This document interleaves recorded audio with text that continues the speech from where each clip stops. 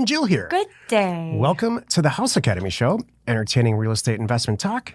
I'm Stephen Jack Butala. And I'm Jill DeWitt, broadcasting from sunny Southern California. Today, Jill and I talk about how to choose a good house zip code area to send mail. I would like to point out, although these shows are meant to be informative and serious and really help people, you know, we're also here to have some fun and let you know that we are fun. I don't know if that's, but, and we would love your feedback. So this is a new show for us. We're very excited to be here. And, you know, we're doing this. You know what's interesting about this? We're doing this because we want to. We actually love doing the podcast. This has been new thing for a long time. Heck yeah. We're not new. And if you don't know us, we're, 4 years in on another show that has 1,010 or 20. I don't remember how many it is now. You know, once you hit that first 1,000, it's all just like gravy. Just kidding. But episodes. And it's funny, too. I can still remember when our friend said, you know, what the heck do you guys have to talk about? Yeah. You remember that? That was good. Here we are. Maybe he was right. I know. I'm sorry.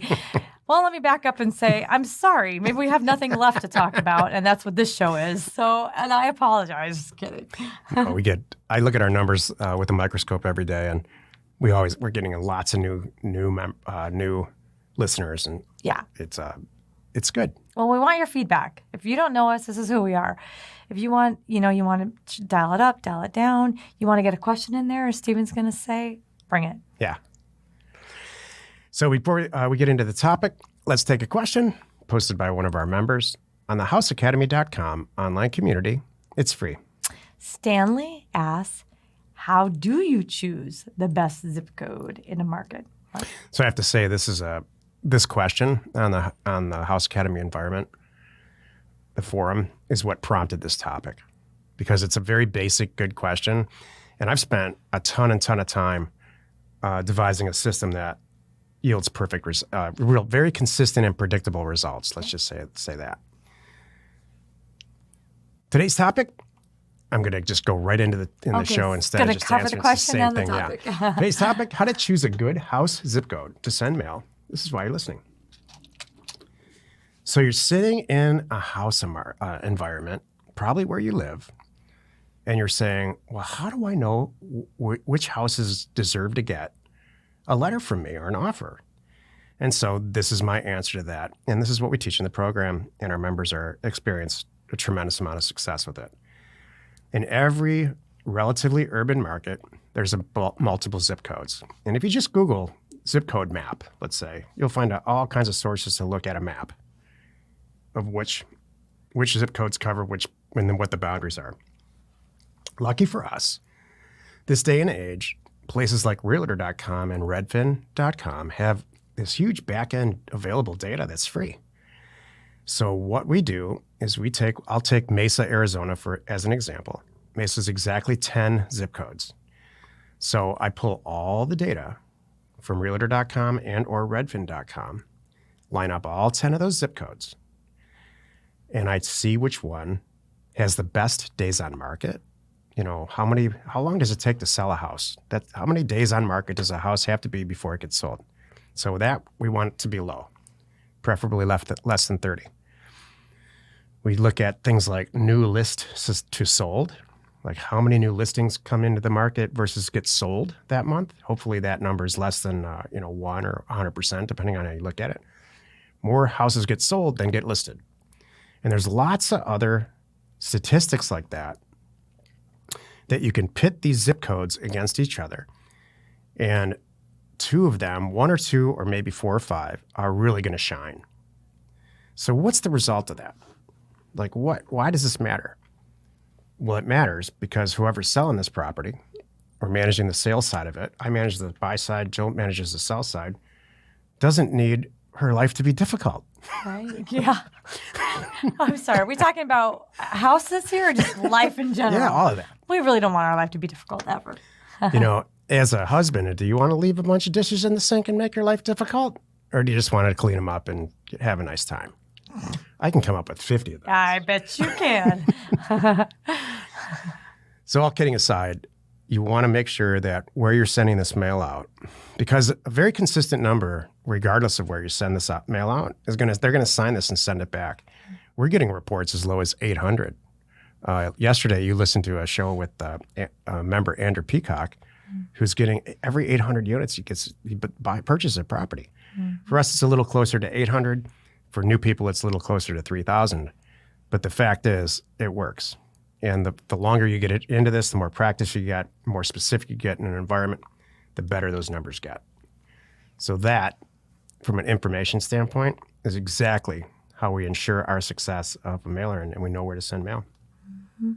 I want to point out, just to explain a little bit what that number means. What it means is his 800 number, or if you're brand new, it's 2,000, 3,000, however, what it takes.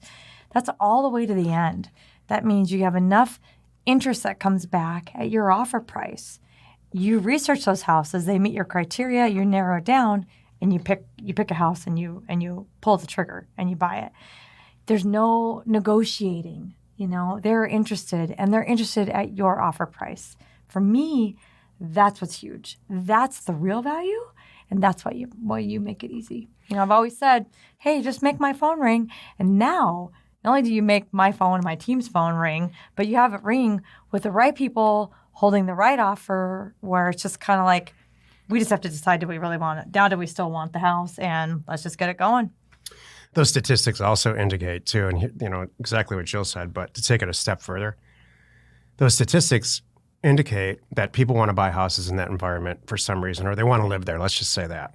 So now, not only as real estate investors on the front end, which is where we really are, does it make our life easy, but the people that we're selling this house to, which is not the end user, it's another investor who's either going to renovate it or going to rent it out.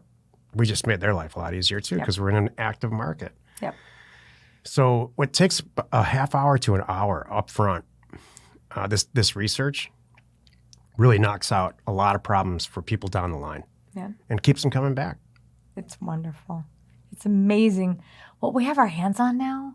Yeah. People, gosh, what we could have done. Can you think? Like, if we would have had this in our hands, 20 years ago, wow. Yeah. And what's it going to be like 20 years from now? Yeah. I think about that a lot. Like, I can't wait. I dream up my dream data set sometimes. And it gets closer and closer. Yeah. Every time I look into it, there's other sources that you can pull in. And the data is easier to pull in. We started all this stuff before APIs were available. Yeah. So it's going to get, the further we get into this, the more automated it is. Yeah. Even just in the few years we've been doing it, I say few, but it's been several. It's changed a lot, and it's awesome. Hey, we know your time's valuable. Thanks for spending some of it with us today. Join us next time for the episode called Wholesaling Houses versus Mobile Homes. And we answer your questions. Post on our online community at houseacademy.com. It is free. You are not alone in your real estate ambition. I think that we made a dry topic bearable. I hope so. It really is. We really are. When we say information and when we say information and inspiration, what should we? Information and I don't know. Well, I'll tell you, entertainment. If you've never, you and I have been talking about this for decades. Together. But if you've never sent out, if you just tuned into this show and you're wondering about how do people make money in real estate and flipping houses and stuff, this is actually should be pretty earth shattering. I agree. Wherever you're watching or wherever you are listening, please subscribe and rate us there. We are Steve and Jill. Information and inspiration to buy undervalued property.